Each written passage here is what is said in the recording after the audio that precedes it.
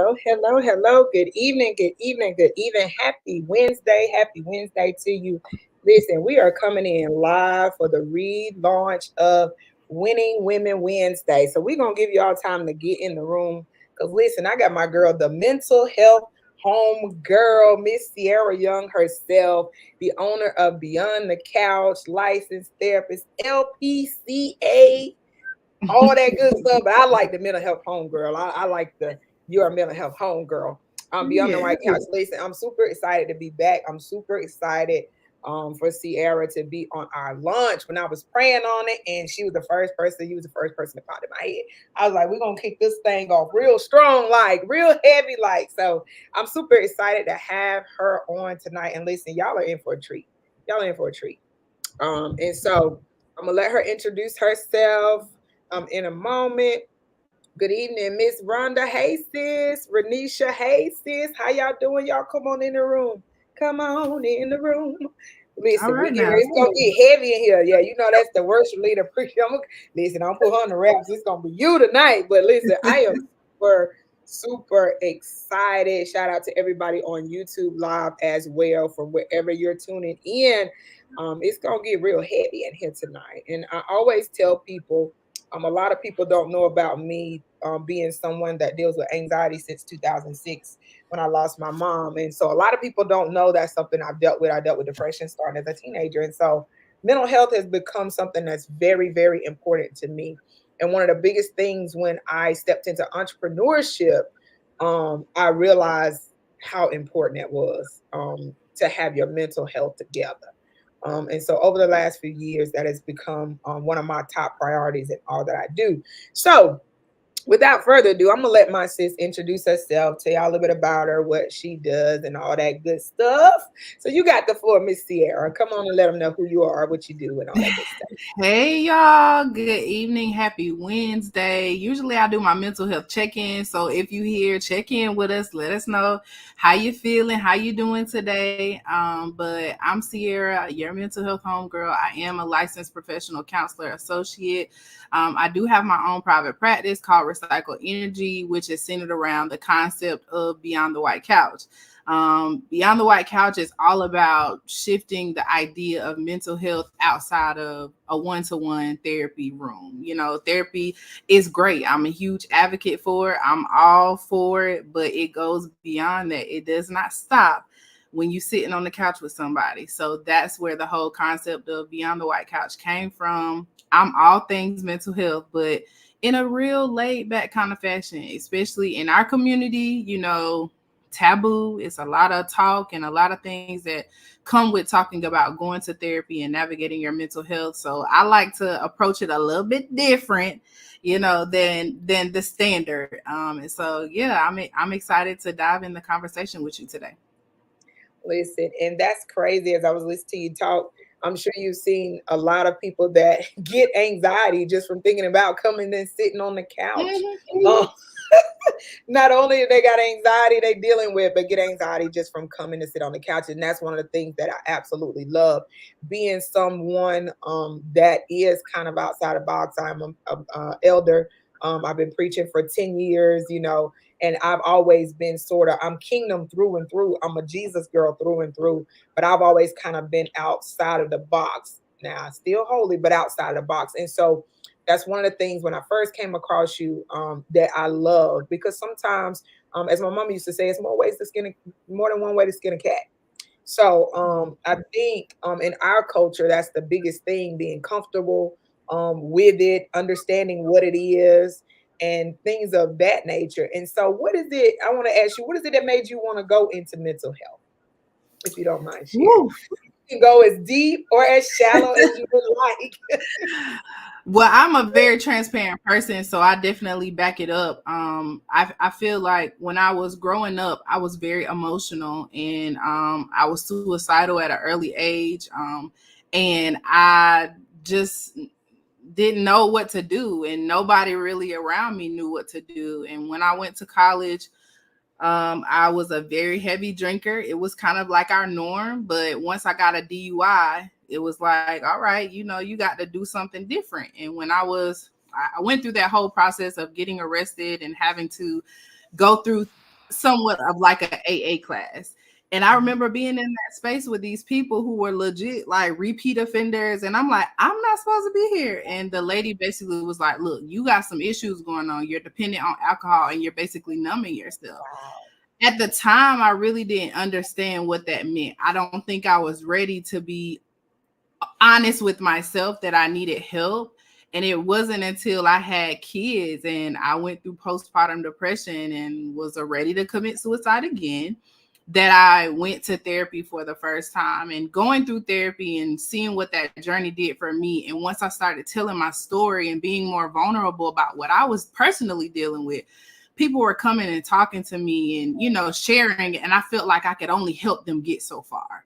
And so when the pandemic started, I was like, I'm going back to school. I need to be able to be a resource for people. I have to be able to give them more than just sharing my story and relating to them. I need to be able to do something and help them navigate in a different way. And so that's how I ended up getting back, going back to school at the beginning of the pandemic to finish my master's and get my licensure. Wow. I'm almost at a loss for words, and that never happens. But that is absolutely an amazing testimony because it just speaks volumes to a lot of times different things we go through in different seasons of our life. We don't understand how it's preparing us for purpose, how it's Yep. preparing us for what we were created to do. And in that moment, you wasn't thinking about it's preparing me for Mm-mm. purpose. You had to sit in them classes like, what in the world have I done and got myself into?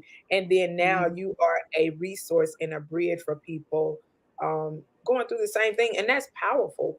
I think people don't realize that college days and high school and college are times that you really are trying to find yourself and struggling. And so a lot of times you will go to that. And so that's an amazing story to say, I'm not just going to relate. I'm going to go back to school and I'm going to help them. And it's amazing that you said in the pandemic because I don't think I know because I personally, that's when ashwagandha came into play. Now, being somebody that deals with anxiety, I would never get medicated. The first year I did that my mom passed away, I did. But after that, I refused to do so. I just, made it work, prayed, figured it out, came up with ways to keep myself, together. But during the pandemic, I was about to lose it.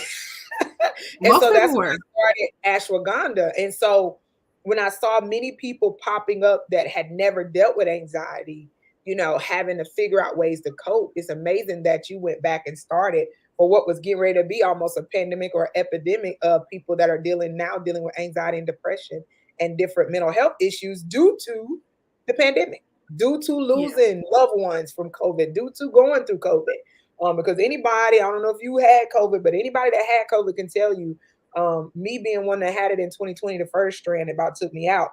Coming off of that, the mental battle, I don't know how they've linked that up yet, but coming out of that and almost thinking I'm going to check out of here and almost checking out of here, the mental battle was months on end of trying to come out of that. So the fact that you went to school right before it hit, girl, listen, you Mm-hmm. was in Right. position. Yeah, and didn't even know that's what was happening. That I was putting myself in position. It was. I definitely believe that when you know that things are in alignment, everything happens as it should. And for me to be at the beginning, it was the beginning of the pandemic because it was 2019 when I got accepted, and to watch things happen just start to align itself with everything that was happening in the world.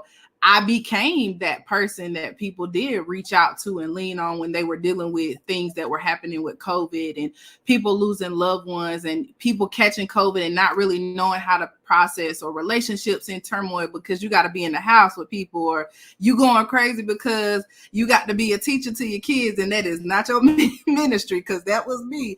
But Hey, it became a very powerful thing that my intentions had nothing to do with what was happening in the world. It was more so just operating in alignment, and it just worked out in my favor. wow. That is absolutely amazing. Listen, y'all hearing this? Y'all picking up on this? She said everything that is aligned, it became aligned. And I always tell people when you get in alignment, when you get in alignment and get in position, listen, it'll all fall into place. It'll always, always fall into place. So, what is your take? And I know we've discussed this before outside of the camera. So, how do you feel like entrepreneurship, business owners, women in business, and things of that? Why? What is your take on how important that is for their mental health?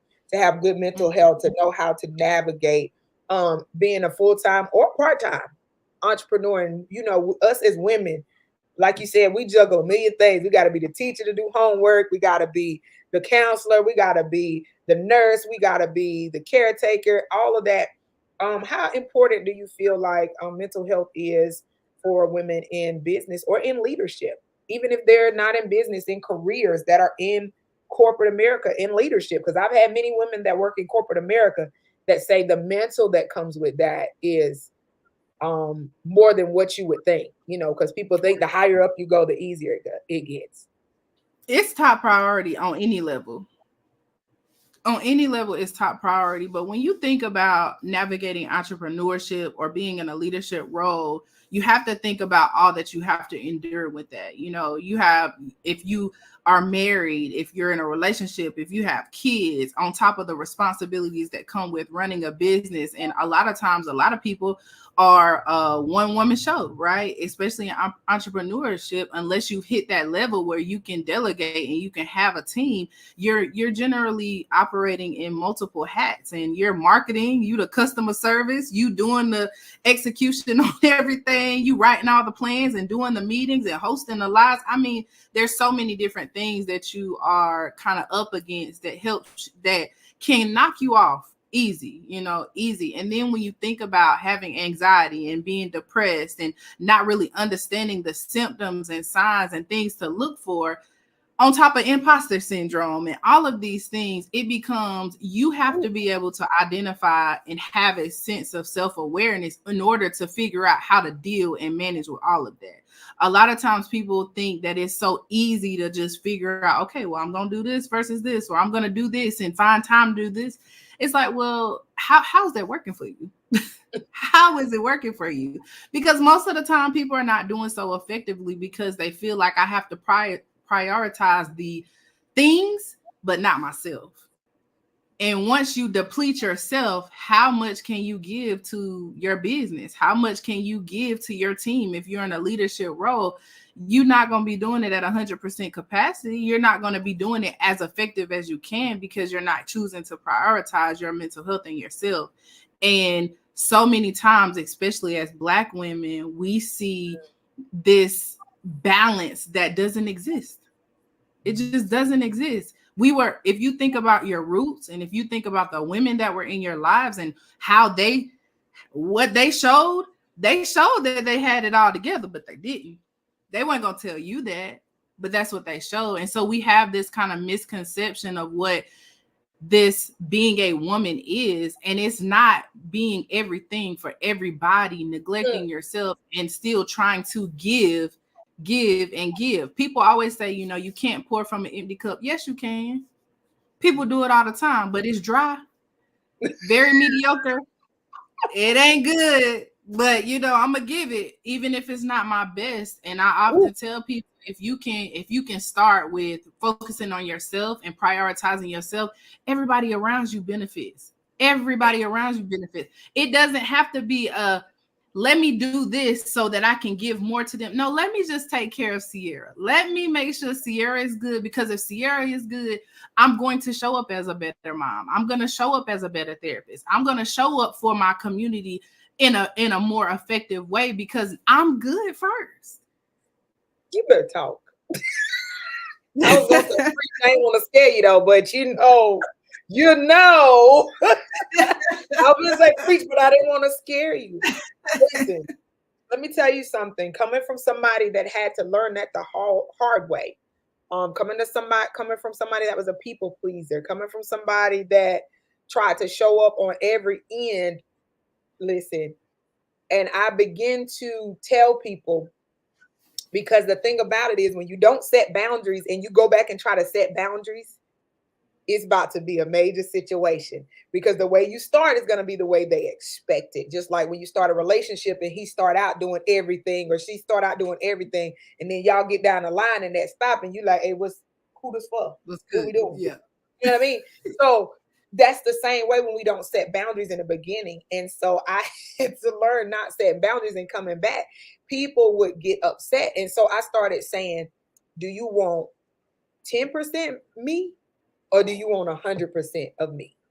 You choose. Now, if you want me to show up with an empty cup, shaking, trying to pour out something to you, then that's fine. Or you can pause and take this no, or take this not at this moment, and I come back 100% to you. And Mm-hmm. what we have to realize is we're doing a disservice to our family.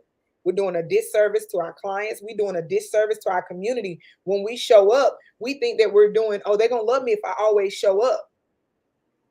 Not if you're pouring out of an empty cup, it's not gonna be the same. With who I am, people know when I'm burnt out. My people know I can show up and I might fool some, but they know. And I had to learn to say no. And let's hop into this real quick. And this gonna get deep. I'm trying not to get deep, y'all, but y'all better hold on. I heard of something, another therapist that I had speak at one of my events. And speaking of, Miss Ciera is on my panel. Boom, for the I Am Her Women's Conference in March. But Superwoman syndrome. And so we were she was speaking at my event and she started talking about Superwoman syndrome. And everybody in the room, as she kept talking, kept saying, like you would have thought I was looking around like, Lord, the whole room is getting hit. And so speak to that on your sense or your take on that. How many women struggle with Superwoman syndrome? You Too think? many. Too many. Too many. Too many. And let me give a personal example of what that looked like for me, because I think that sometimes when we use these terms that are put out, it doesn't make sense to people because I'm not a clinical person, right? I know the clinical terminology. I know how to make it professional and all of that, but as your mental health homegirl, it's got to make sense, okay? And so we can say Superwoman syndrome all day and we can break that down all day, but what does that really look like? It looks like being in the middle of a pandemic, figuring out, okay, I got to make money, I got to feed my kids, I got to pay these bills, so I'm going to work myself until I have a stroke. Oh, Lord, that came out, y'all. I didn't mean to.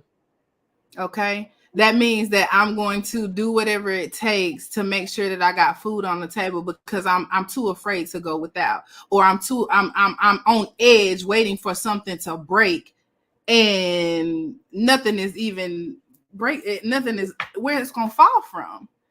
You worried about it falling from the top of the building and it's barely off the ground. Mm. And so pushing yourself beyond your limits and always feeling like you got to show up for any and everything and doing all the things. And like you said, not knowing how to say no and create boundaries with people, because I feel like if I don't show up, people are going to have something to say. If I don't do this, then this is a negative reflection on me. If I don't show up, what's going to happen? Am I going to miss this opportunity? Am I not going to get this? Am I not going to do that? What are they going to be talking about? It's that whole, that it's like an inner critic feeling like you have to always be doing something in order to make yourself appear to be something that you're not. Oh. And so often we're looking for that validation for somebody to be like, oh my gosh, you're doing a good job. I don't know how you do all of that. I'm not. It just looked like I got it together. It looked like I got it together, but I don't have it together. You know, and social media is such a dangerous place because you can put out whatever you want to on social media. You can make it look like whatever you want to, but when the cameras are off, when you close that phone and when you turn away from the computer screen, what is happening? You going in your room and you crying and you praying for relief, but you're not really looking for the relief because you can get it, but you don't want that because it's gonna make you appear something that you're not. And a lot of people get scary. I mean, they become afraid of rest. They become afraid of rest. And Girl, ain't nothing wrong with sitting down sit and not yourself. doing nothing. Ain't nothing wrong Listen, with it. not a thing. And I seen someone post the other day, which is also a counselor, that said that we put such a badge of honor on busyness and overworking and all. No, and I used to be that person, and to the point to where we feel guilty when we rest. Rest is Mm-hmm. necessary. And I tell my clients, all of my coaching clients, my mentee, we're not being a public success and a private failure. Right. We're not showing up on social media as successful and at home fighting for your life, not wanting to get out of bed hardly. You getting up smiling on that selfie or smiling on that thing, and then now you're going back and crying, and you can't even function in your business because you're so caught up in the validation of social media, to where if I don't get this many likes, that means I'm not who I am. No, baby, you were validated from day one. So From too day many one. people with too many emphasis. I've seen people literally go into depression because they planted such a picture on social media and everything crashed and burned, and they were depressed because they couldn't show up the way that they used to show up. No, that's too much Mm-hmm. pressure on yourself. Too much. Too That's much. too In much pressure. November, in November, God said, say no to everything. You can't go nowhere. You can't do nothing. You can't. You did. I got off social media, Wow. and I went through and I watched Mike Todd's cuffing season series, and he has a different, all the topics, and one of it was cuff to comparison. When I tell you, Ooh. it hit me hard in the chest. It hit me so hard in the chest because that was me. I was sitting here downplaying myself by comparing myself to what I saw on social media, not realizing who knows if this is real or not. What Yeah. they're doing might not even be what is real, and I'm comparing myself to where they are. And I had to do my reflections and go through and look at what I've accomplished over the year, and I was like, girl, you tripping. You tripping. Or, And coming back to social media, it's such a different lens now because it's no longer about what everybody else is doing. Now I understand my assignment is personal. My mm, purpose is personal. And so my purpose is personal. I can't be worried about what the next person is doing or what I'm not doing. I got to be focused on what are you going to do? How am I moving, like you said, in purpose? And if it's not that, then I'm doing a disservice to me and to the people that I'm supposed to reach. Mm, Focusing on everybody else's numbers and what they doing ain't got nothing to do with me. nothing. Because people are already assigned to you. And as you were Right. just talking, it made me think about um, Peter. And that's one of my favorite sermons by Pastor Michael Todd in his Crazy Faith series called Wavy Faith, when he's talking about Peter Mm-hmm. walking on the water. And so, as long as Peter kept his eyes on Jesus, he stayed afloat. And so, when he didn't, he took his eyes off Jesus, he started to drown. And so, I tell my clients and mentees, when you start looking around at everybody else and comparing yourself to everybody else, guess what's going to happen? You're going to start sinking in your purpose. Your business going to start going under because you're distracted by everything else and comparing yourself to everybody else around you, and you getting ready to go under. It's bubbles coming out your mouth, and you Mm-hmm. still worrying about what they're doing when what you're doing. Stay in your lane of grace. And Right. so that is so powerful. I went through a season a couple of years ago of that, to where I had to get off social media and block out everything. When I got back on, it was not as taxing to my spirit per se. I wasn't worried about who was doing this, who was doing that, who launched this, who launched that. And so that's powerful. Like Rhonda said, Killing Comparison, that's a book um that we just read in our book club. But that's some of y'all, I hope y'all listening, honey, because listen, maybe you need to take a break. If you're not taking a break right now, if you've been getting caught up in comparison, Mm-hmm. listen, And then you got to be you, honest with yourself, and that's something that a lot of people aren't willing to do. oh my goodness, there you go. That's what Because that it's real accountability. it's real easy to turn it on somebody else and point out somebody else and what they not doing and what they need to be doing and how they look and how they acting and all that. But when you step in the mirror, you want to lie and convince yourself that you're doing and being something that you're not. And so when you're able to call yourself out, that's the first thing that I talk about. When you work with me, we not addressing what everybody else did. We got to start with self. Let's take accountability for what you're doing and what you're not doing, and let's talk about the conversations that you're having with yourself. Let's talk about the flaws that you have before we start focusing on everybody else, because the one thing we can't do is change nobody else but ourselves. I can spend all day talking to you about what happened to you and what people have done and all of that. But at the end of the day, it's about, what are you going to do? How are you going to change? How are you going to work on yourself? So the next time something happens, you don't respond the same. You know how to set boundaries. You know how to say no, because if not, you're going to see patterns. And that's what happens. We thinking that people gonna change while we're still doing the same thing, and it's like, well, you got to change first in order to see something different come. Something different, yeah. Now, I'm not a licensed, but would you agree with me in saying, and Sharonda said it's hard not to compare, and being someone that nobody ever believes, that has dealt with insecurities all my life, really, because I was always so different, look different than everybody and different things like that. Would you say that um stumbling block of comparing would be rooted in insecurity? Would you say that? Would you just your opinion on that? Because to me, someone that was fighting insecurities that people didn't realize, and imposter syndrome, it's like comparing myself to other people because I feel like I'm not good enough already, or I'm not doing a good enough job, or give me your take on I that. think that's a part of it. But if you think about it, I made a video about this the other day. Society's definition of success is comparison. Think about it. Think about when you in elementary school. When you go to take test scores, how do you know? How do you know you did good? It's based off of, we're going to take a group of people, we're going to compare the scores, and based off the average of that, we're going to then determine whether you did good or whether you did bad. It's not based off of your own metrics, it's based off of everybody else.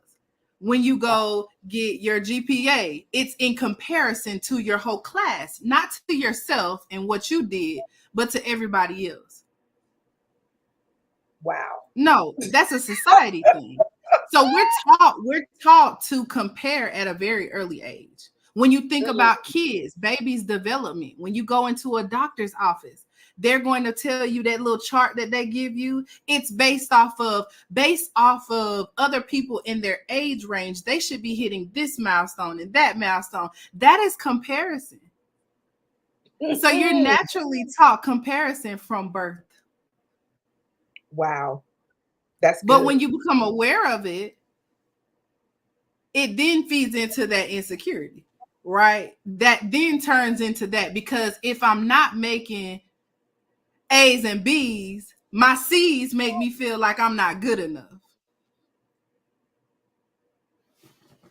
I told y'all I was gonna get heavy in here. I warned y'all. I felt it. Wow. Yeah. Wow. That's deep. And that's the Yeah. truth. That's the absolute truth. My Lord. So then it becomes somebody has to teach you not to do that. That's not a natural thing because it starts from such a young age. So naturally, we are not taught to not compare. That's not a natural thought process, which is why therapy is so important. That's why it's so important, because that's one of, a lot of times, you hear people say you have to unlearn and relearn something, like teach yourself new things. That's one of those things, because throughout your whole life, and I promise you, if you just recount just so many milestones in your life, it's always going to be based off of something else. Even in sports, you're comparing, you try out for a team.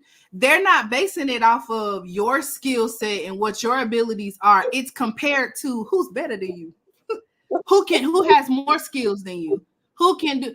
I'll never forget not making the cheerleading team when I was in the 7th grade. I had cheered my whole life. Now I have to try out, and you're going to tell me that I'm not good as the other people. That was a gut punch to my chest. I've trained for this my whole life, and now you're telling me that I'm not good enough. It was a bruise to my soul. Wow. But eventually I had to bounce back and learn that it wasn't about that. I got to work harder. I got to do something. But that's what feeds into that superwoman complex, Mm. because now it's like, I gotta, and you're on edge on how to get better and how to be in position to now where you are the standard and everybody else now has to compare to Woo! where you are. You are the standard. My God. I'm the standard. Y'all the standard. Y'all Yeah. listen. Y'all better put in the I'm the standard. It ain't no Yeah. comparison because I'm the standard. Girl, Yes. listen, you talk, you got me stuttering and all. You talking good. But one of the things that I learned the first couple years in entrepreneurship, and the Lord dealt with me, and you know, you hear this quote that says beauty is in the eye of the beholder, meaning whoever, whatever you see as beauty, that's what you see as beauty. And so I posted one day, success is in the mind of the beholder, because everybody's success looks different. My success was never to be a celebrity, to be in a mansion, to be with Lamborghinis and Bentleys. That's cool. If God desires that for me, baby, I'm gonna walk right into it. But as Right. a single mother that wanted to be present for her children, because due to the circumstances, I made the decision to be a single mother. I wanted to be present for my daughter. So freedom, the financial freedom to be at the school play, to be there to pick them up, to go on the field trip, to do the things and be present. Not just that, but to be present in my mind with them. Because a lot of Mm. times we are at home, we are with our partners, we are with our community, we are with our clients or whatever, and we're present in body, but not in mind. And Mm-hmm. sometimes not in spirit. So my definition of success was not that I make more money than you, not that I got more clients than you, not that I get more accolades than you, but that I can be present. I can have the financial freedom to be present as a mother, to be present in ministry that I'm called to, and to be present in purpose without stroking out. As you said earlier, Right. without having to stroke out forward, to work smarter, not harder. So listen. So we're gonna Yeah. that's gonna lead us right into this next question, and I'm gonna tread lightly. No, I'm just playing. But for somebody that is in ministry, for somebody that loves God wholeheartedly, um, I tell people I need Jesus and a therapist.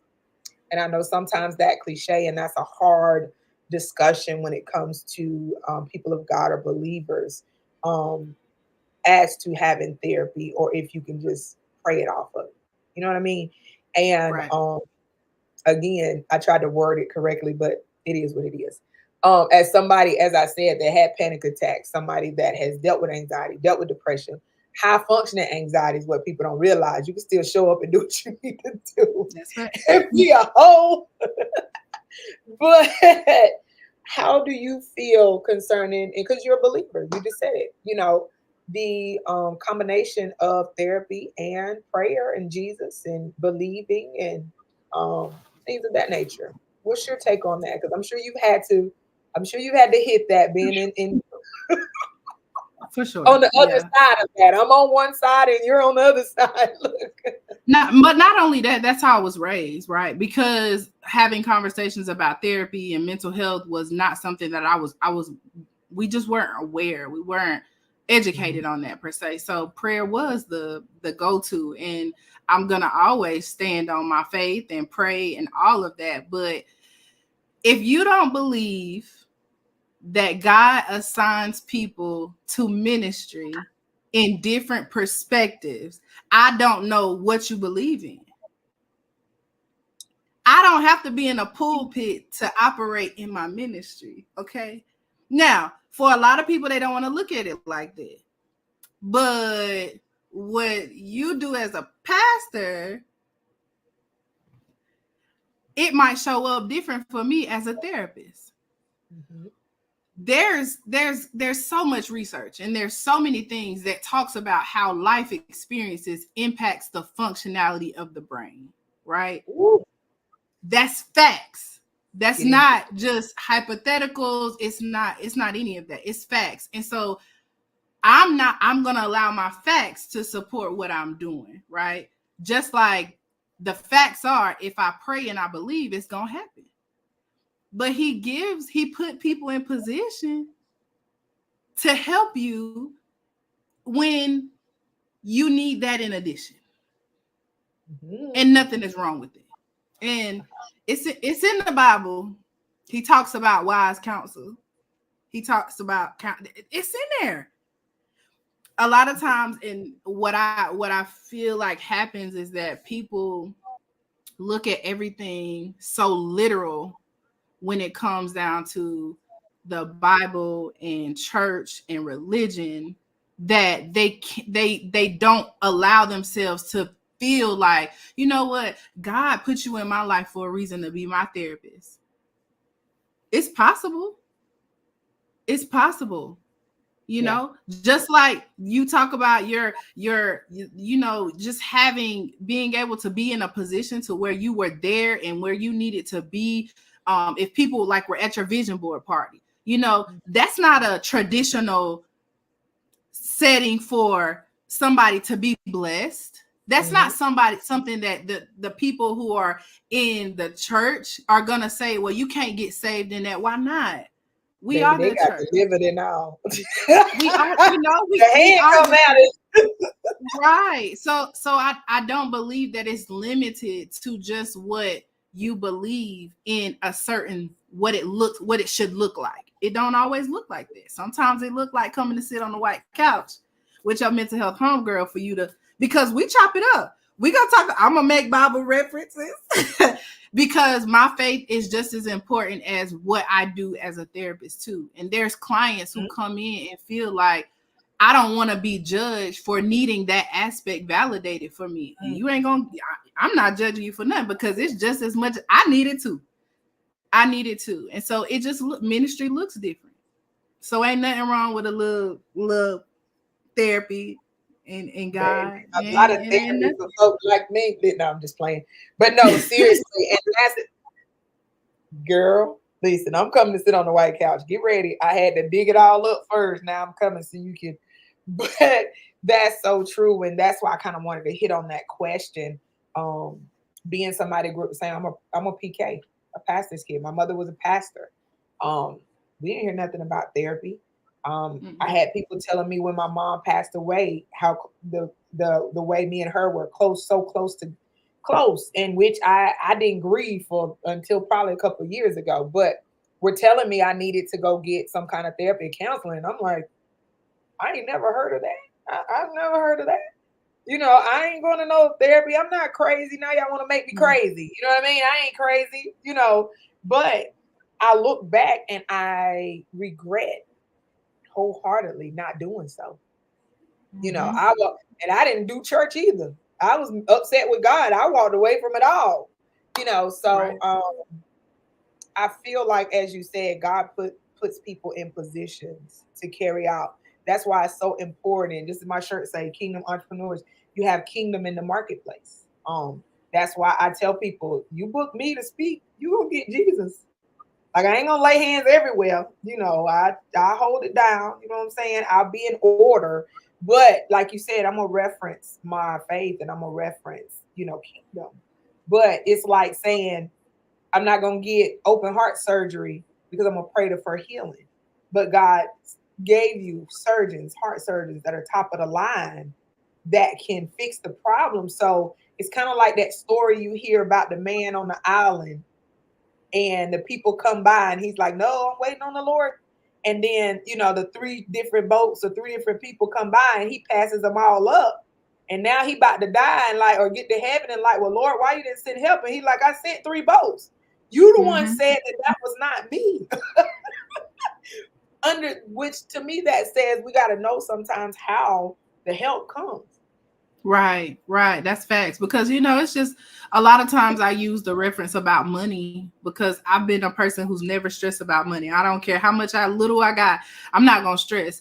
And if I pray and ask God for something, to change my circumstance, that could be a speaking engagement. That could be a t-shirt order. That could be a random deposit. But I'm not gonna discount that and be like, oh, I'm supposed to get this grand gesture that's like, all right, here go your sign. Sometimes we miss it because we Woo. looking for something and it comes so quick that it's just like, oh, there it go. You needed a $75 light bill paid, and you just got paid $100. There you go. Now you got 25 more dollars, but you was able to take care of that bill you was worried about, that you was praying on him to make away. Wow. So sometimes we miss it. We miss the blessing because we're looking for something that doesn't exist. Like you said, he sent the help, but why you not what? Why are you ignoring it? My Lord, my Lord. And Rhonda said on here, prayer is a weapon and therapy is a strategy. That's That's good. good. That's very good. Because that's the one thing I feel, because the Bible even says faith without works is dead. So going to therapy, I feel like will give you strategy on how to do so. And like I said, I always say, as I move through different seasons in life, it's vital. Like your mental health is gonna spill over into you. I tell my clients, it's gonna, whatever's going on inside of you gonna spill over into your business. Those insecurities, that lack of discipline, that lack of confidence, everything that's in you, if you don't fix you, it's gonna spill over into your business. And now you're seeing it's gonna spill over into your relationships. So listen, y'all, I hope y'all getting all this. I'm so glad this recorded, because baby.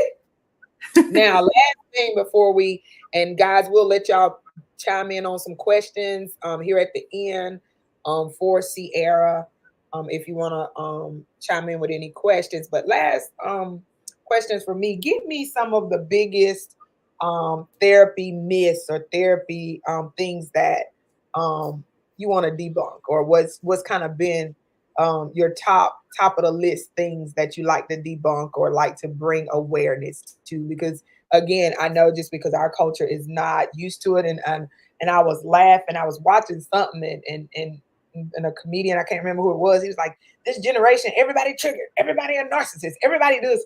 So it's kind of like, once everybody became aware of the importance of therapy, there are some that are kind of going in overdrive in the wrong direction, if that makes sense. Like you see people Mm-hmm. saying, oh, I'm being selfish, I'm working on self care, but they're not really dealing with the traumas. They're kind of um, not really holding themselves accountable, making excuses on why they act the way they act.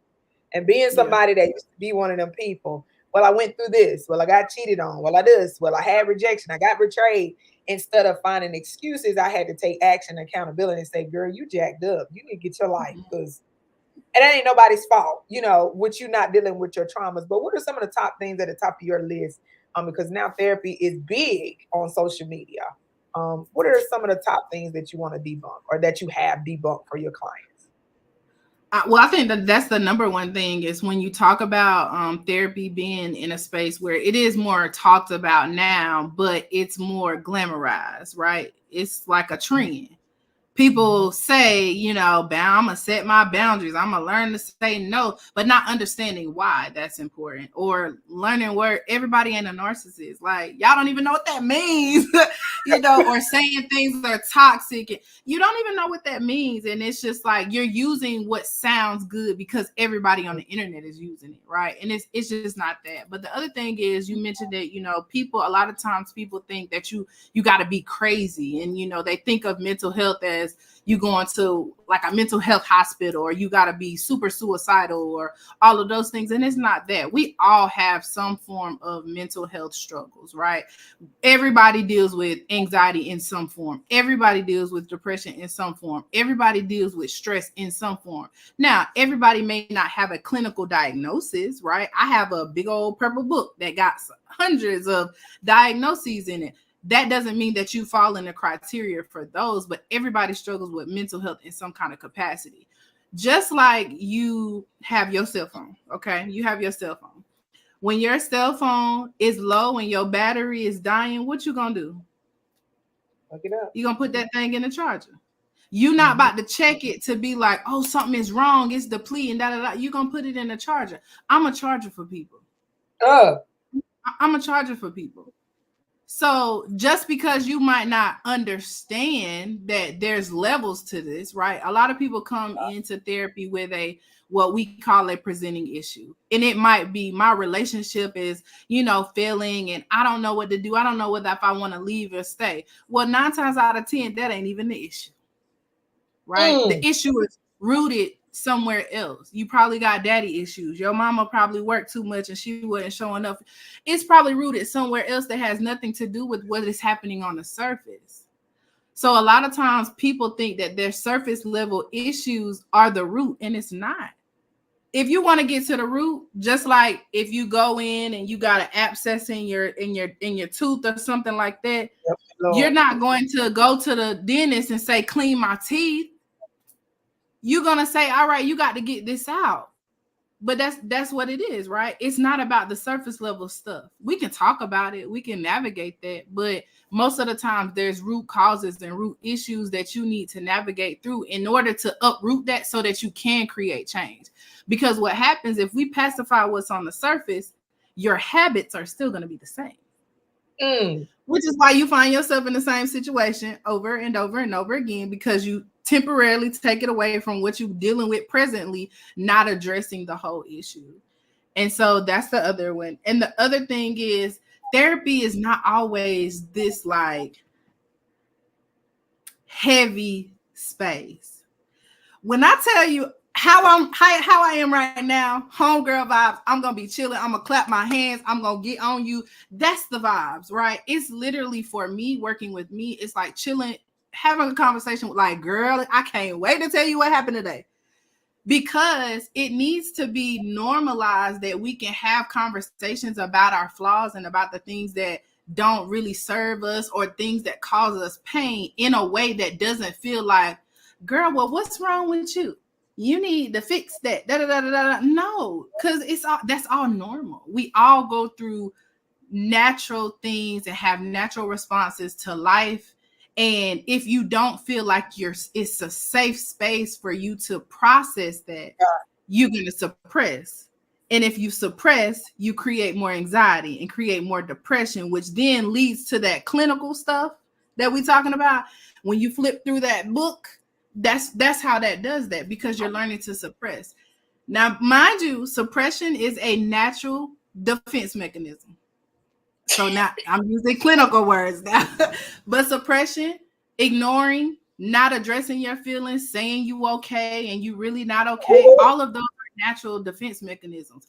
That don't make you crazy. It makes you trying to survive. And the goal is not to survive. The goal is to learn how to live. Mm. And the But way you you just can't hit do me in my chest like that. but you can't do that as long as you think that addressing the issues are a problem. So as long as you look at therapy as a bad thing, continue on. Okay, continue on, survive. But if you're ready to live, then you got to get down to the root cause of what's causing you to operate in cycles. My Lord. Mm. Hold on. Ain't no way you just hit me in my chest like that. Hold on. I just had the same conversation with somebody. And guys, if you have any questions, listen, she talking good. I'm trying not to keep her on here too long. Y'all on here too long. Listen, if y'all got any questions, start popping them in the chat. But I just want to share this just because I feel like everything is divine. Nothing is ever by coincidence. And you know, I'm just as transparent. And a lot of times my spirit connects with people on that level, just because of that are likened to my spirit. But I just had a conversation with somebody yesterday,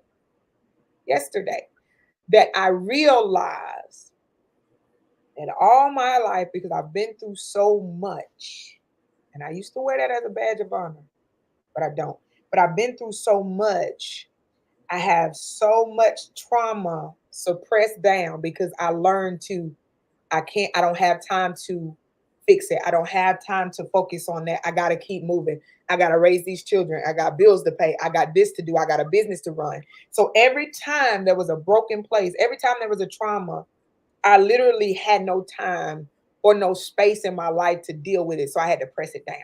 And so when a couple of years ago, it's like all these things started coming up out of nowhere, just all these behaviors. And I'm like, what is wrong with me? Am I losing my mind? But all those suppressed traumas just start popping up.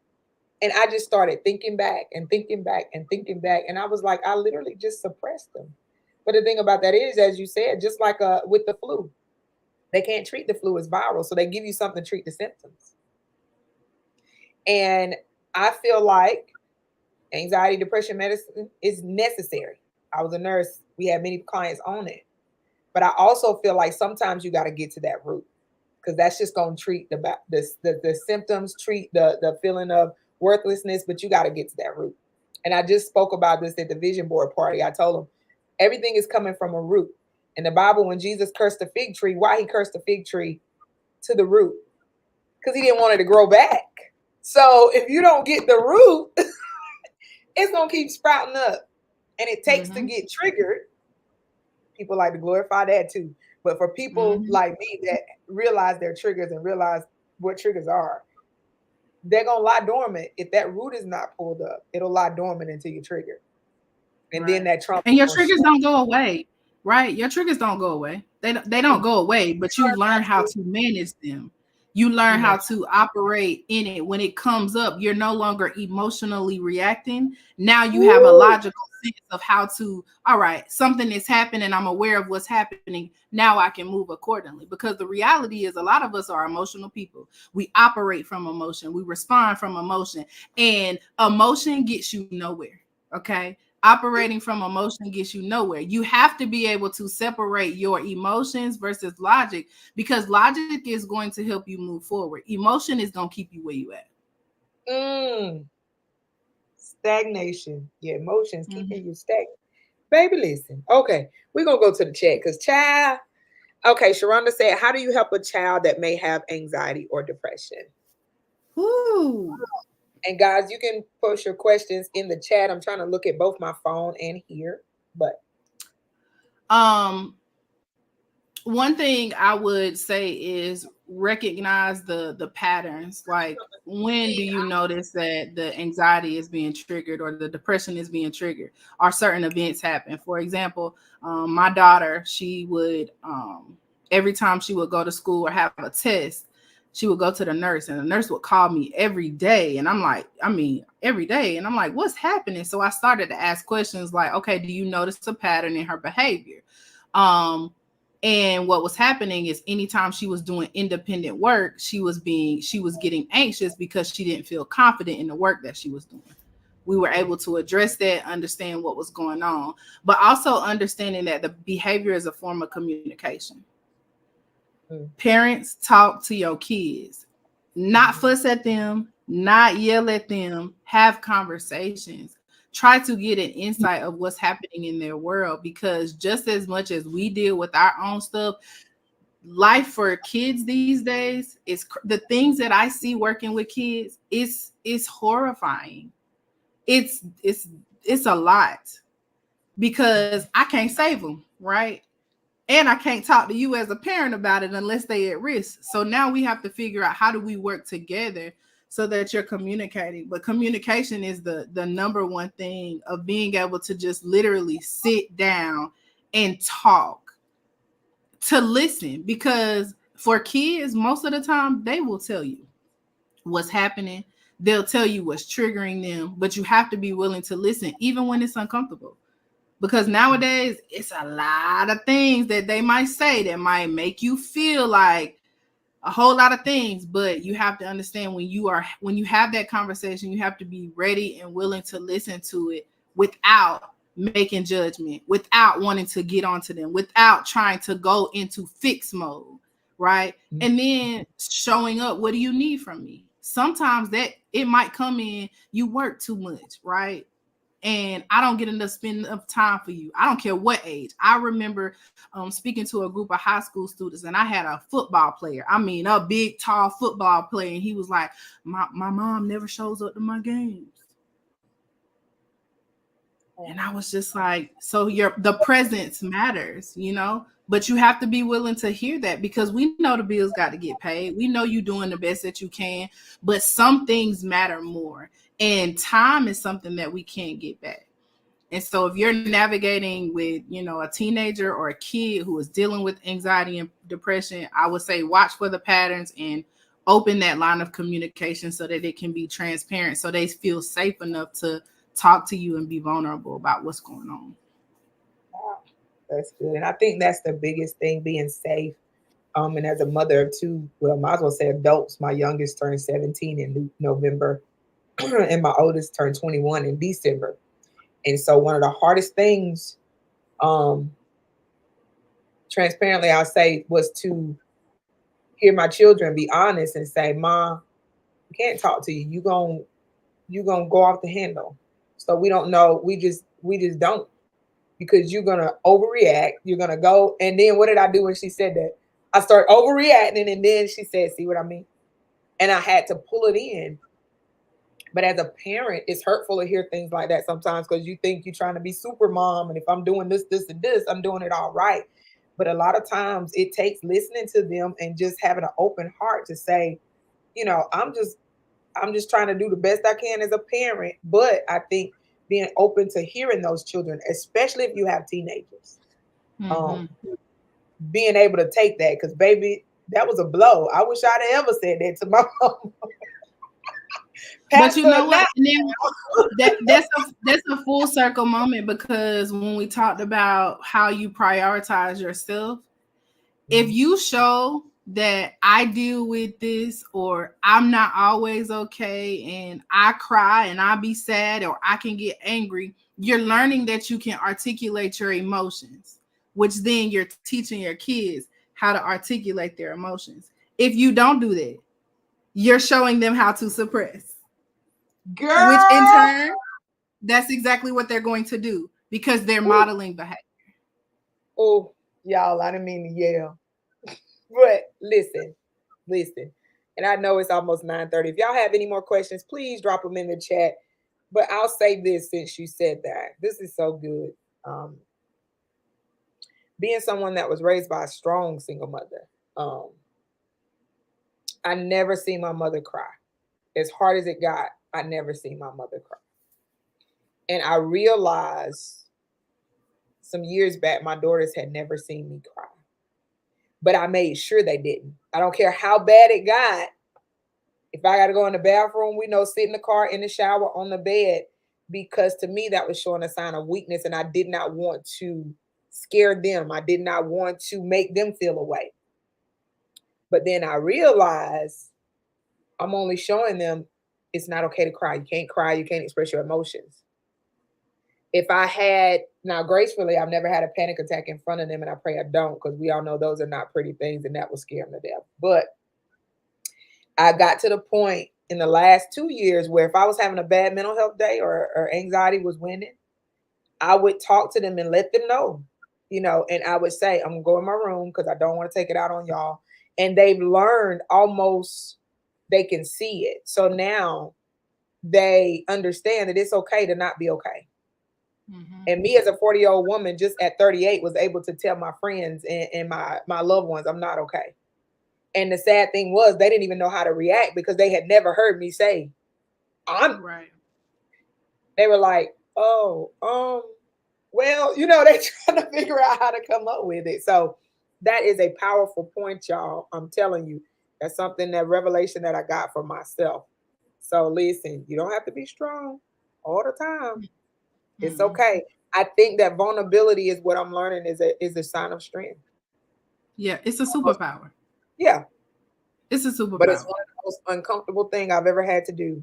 And I Right. realized that even that spilled over into my romantic relationships.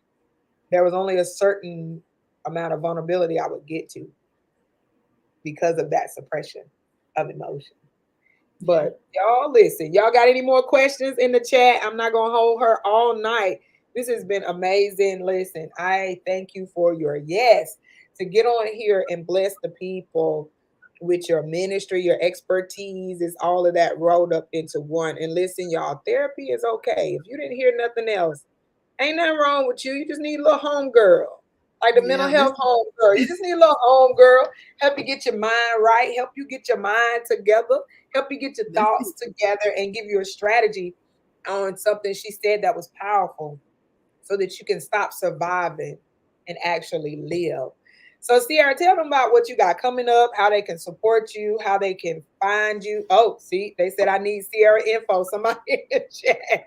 And listen, guys, now let me plug me. Um, we're gonna get all that. Let me plug me. She will be on the panel at my women's conference, March 29th and 30th, I was praying when I had to postpone it.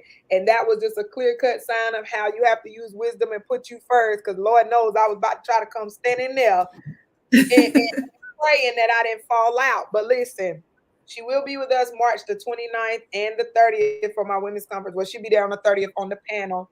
And so listen, I just know she gonna blow us away there as well. And so I couldn't think of anybody better to kick us off. When the Lord said, "Let Ciera do it," I said, "Oh, it's going down all the way down to kick off Winning Women Wednesdays." So okay, so tell them where you're located. They said I need Ciera's info. Where is she located? Does she do one-on-ones? Um, and all of that. So go ahead. I'm gonna give you the floor. Yeah, so I am licensed in South Carolina. So if you're looking for a therapist, I am in South Carolina. I can work with you. All of my services are virtual for now. I'm praying on this whole I'm praying on that. And so you can find me on social media. Beyond the White Couch is the name. If you find my personal page, you can feel free to reach out to me, and I will direct you to where you need to go. My phone number for my business is 864-753-0111. And I'll after this is over, I'll also drop the information in the chat as well. I'm excited about 2024 because I feel like I'm not playing safe anymore. I'm not You playing it watch safe. yourself. Yeah, I'm not playing it safe anymore because people need what I have to offer, and to do it in the way that I do it, I understand the power in that I didn't know before. And I can speak confidently about that. I work with a variety of people, primarily working with women who are in life transitions, whether that's motherhood, divorce, career changes, dealing with sickness, whatever, any kind of life transition is generally who my audience is. But I'm working on creating different things that I feel like the community needs. And so I'm excited about that. I don't have any events planned just yet, but they're coming. But I'm excited just as a whole to watch Beyond the White Couch grow, to watch my practice grow, and just to be more visible to people because I know it's needed. So I definitely appreciate you for having me in mind today and allowing me to be in this space. This was good for me, and I hope it was good for y'all too. Girl, you done blessed us, and I'm grateful, and I truly believe and know that it is your season. And I followed Ciera for years. Actually, we've been Facebook friends, but it's almost like mid last year there was an illumination on her, and everybody that knows me knows I move by the spirit.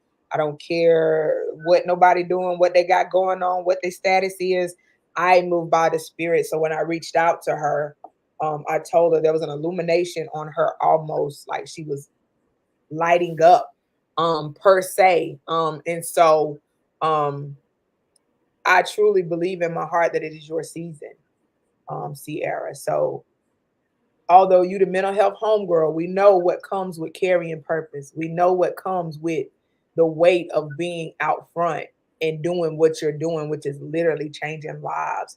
So I cover you. I'm always praying for you, and know that it is your season. All that him telling you to pull away was for no reason. That was getting it ready and getting the traction ready, because what we don't realize, we have to be prepared on every aspect before he gets ready to take us to another level. And I cannot wait to witness and be on the sidelines clapping, girl, go girl. And I'm gonna be on the couch in a minute. I'm trying to get myself together a bit more because baby, I'm a hot mess. I was like, I can't come in like that. I can't come in hot, but I truly believe that is your season. You have a glow. You have a glow, and your business just stands out, and you are amazing. I know you know that, but just in case you know me, you are amazing, and what you do is necessary. Don't ever stop. I'll tell you what people tell me. Don't ever stop. Ever. If you ain't got nobody, you got me. Know that. Big sis got your back, child. We make it do what it do. So y'all listen. Thank y'all so much. She's gonna drop it in the chat. Also, this will be on YouTube. I'm gonna make sure as well as I post it with a screenshot of this broadcast. Thank you for everybody that tuned in, everybody that's going to watch the replay. Listen, this has been amazing, and she did exactly what I thought she would do. And so thank you for blessing the people. Thank you for your yes. Thank y'all for chiming in and jumping in the chat. And like I said, this was the kickoff of Winning Women Wednesday. So make sure you lock in with me, turn on your live notifications, pay attention to who will be here next week for Women's Wednesday. Winning Women Wednesday. And remember, therapy and Jesus and coffee. I love y'all. Y'all have an amazing night. We'll catch you later.